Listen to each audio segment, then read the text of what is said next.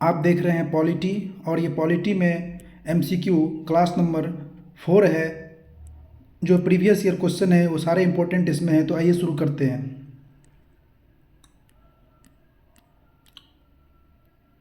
पहला क्वेश्चन क्या देखिए, निम्नलिखित में से कौन सा कथन अनुच्छेद 3 के तहत राज्यों को पुनर्गठित करने की संसद की शक्ति के बारे में सही है? किसी भी राज्य के क्षेत्र में वृद्धि करना बिल्कुल सही है। किसी भी राज्य के क्षेत्र को कम करना ये भी सही है। किसी भी राज्य से क्षेत्र को अलग करके एक नया राज्य बनाना, तो आर्टिकल 3 में ये तीनों आते हैं। या तो राज्य के क्षेत्र में आप वृद्धि कर सकते हैं, या इसको कम कर सकते हैं, या इसको बाइफरगेट करके एक नया स्टेट बना सकते हैं। तो इसका आंसर हो जाएगा 1, 2 और 3, यानी कि ऑप्शन नंबर 4 इसका करेक्ट आंसर होगा। अगला क्वेश्चन क्या है वो देखते हैं हम। किस केंद्र शासित प्रदेश की अपनी विधानसभा है? तो चंडीगढ़, लक्षद्वीप, पुदुचेरी, दमन और दीव। तो पुदुचेरी और दिल्ली ये 2 केंद्र शासित प्रदेश की अपनी विधानसभा है। आइए अगला क्वेश्चन देखिए, भारतीय संविधान में 9वीं अनुसूची को किस वर्ष जोड़ा गया था? तो आपको पता है कि हमारे संविधान में पहले जब संविधान बनी थी तो उस समय 8 अनुसूची थी, और बाद में हम लोगों ने 4 अनुसूची को संशोधन करके जोड़ा। तो सबसे पहला जो 9वां अनुसूची है वो पहला संविधान संशोधन अधिनियम 1951 में जोड़ा गया था, जो भूमि सुधार से रिलेटेड था। अगला क्वेश्चन देखिए, निम्नलिखित में से कौन सा अनुच्छेद सही है? अनुच्छेद 2, यह नए राज्यों के शामिल होने या स्थापना से संबंधित है जो भारत संघ का हिस्सा नहीं है। बिल्कुल सही। यह भारत संघ के मौजूद राज्यों के गठन या परिवर्तन से संबंधित है। तो आर्टिकल 2 ये कहता है कि भारत के अंदर, भारत किसी अपने क्षेत्र से बाहर के क्षेत्र को अपने अंदर अगर समाहित कर लेता है और नया राज्य बनाता है तो आर्टिकल 2 कहता है। और भारत के अंदर किसी भी राज्य को कम करो या बढ़ा दो या 2 भागों में बांट दो, तो ये आर्टिकल नंबर 3 है। तो ये दोनों सही है, 1 और 2 दोनों। इसका ऑप्शन नंबर 3 सही आंसर होगा। अगला देखते हैं, निम्नलिखित में से कौन सा विषय समवर्ती सूची में शामिल नहीं है? कार्रवाई योग्य गलतियां, दिवालियापन, मूल्य नियंत्रण, प्रतिव्यक्ति कर। प्रतिव्यक्ति कर ये राज्य सूची का विषय है। प्रतिव्यक्ति कर राज्य सूची का विषय है, ध्यान रहे। कार्रवाई योग्य गलतियां, दिवालियापन और दिवाला मूल्य नियंत्रण ये सभी समवर्ती सूची में आते हैं। अब देखिए यहाँ पे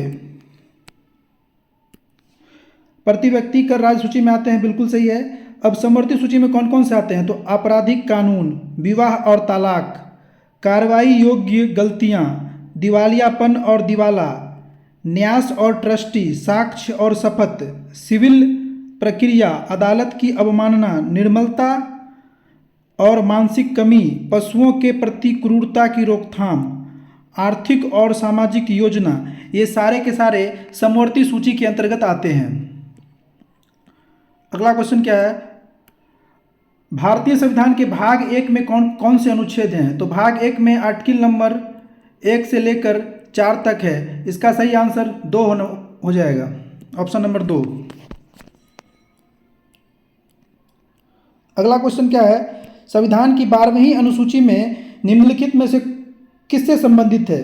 तो 12वीं अनुसूची नगर पालिका से संबंधित है और 11वीं पंचायत से। 12वीं अनुसूची को हम लोगों ने 74वें संविधान संशोधन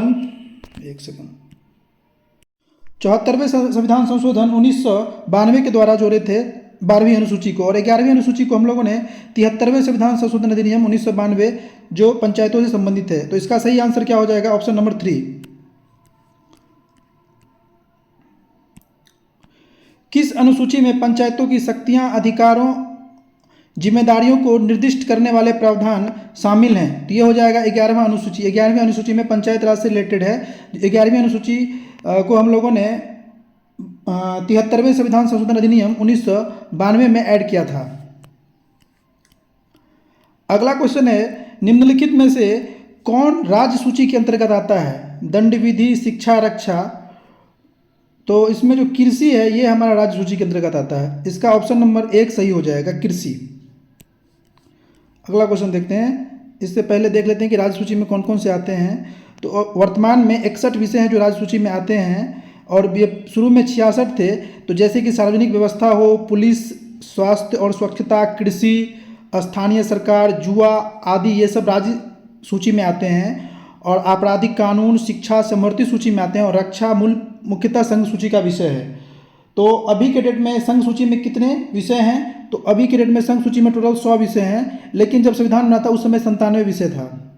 राज्य सूची की बात करें तो अभी 61 विषय है, लेकिन पहले इसमें 66 विषय था। और अगर समवर्ती सूची की बात करें तो इसमें अभी 52 विषय है, जिसमें पहले 47 विषय हुआ करती थी।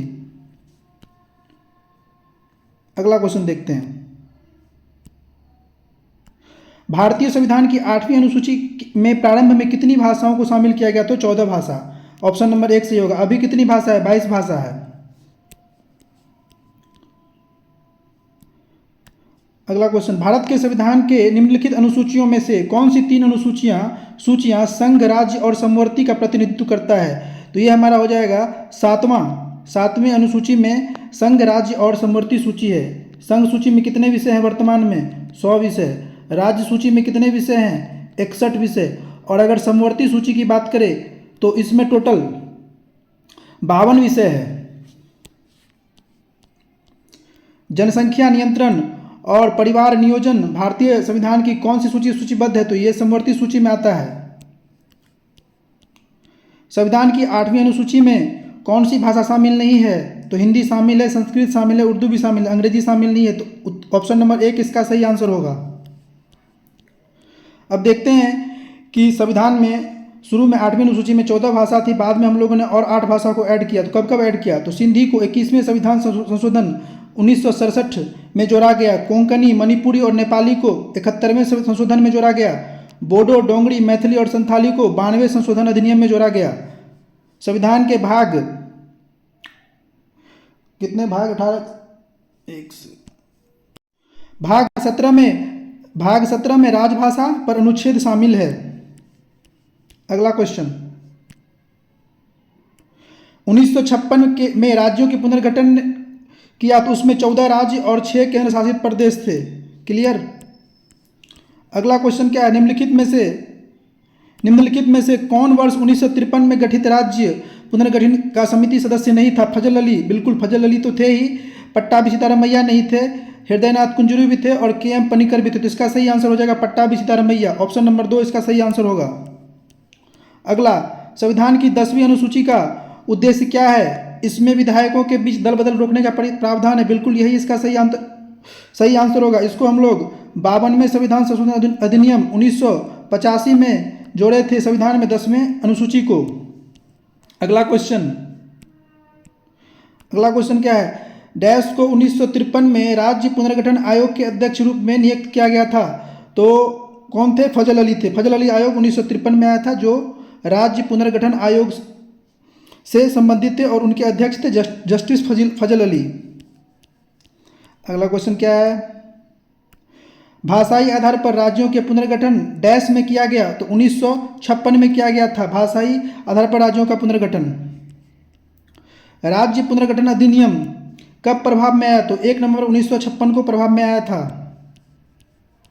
संविधान की 9वीं अनुसूची निम्नलिखित में से किस विकल्प से संबंधित है? तो 9वीं अनुसूची को हम लोग पहला संविधान संशोधन अधिनियम 1951 में जोड़े थे। ये भूमि सुधार से रिलेटेड है। अब देखिए, निम्नलिखित में से किस केंद्र शासित प्रदेश का अपना एक उच्च न्यायालय है? तो इसका सही आंसर हो जाएगा दिल्ली।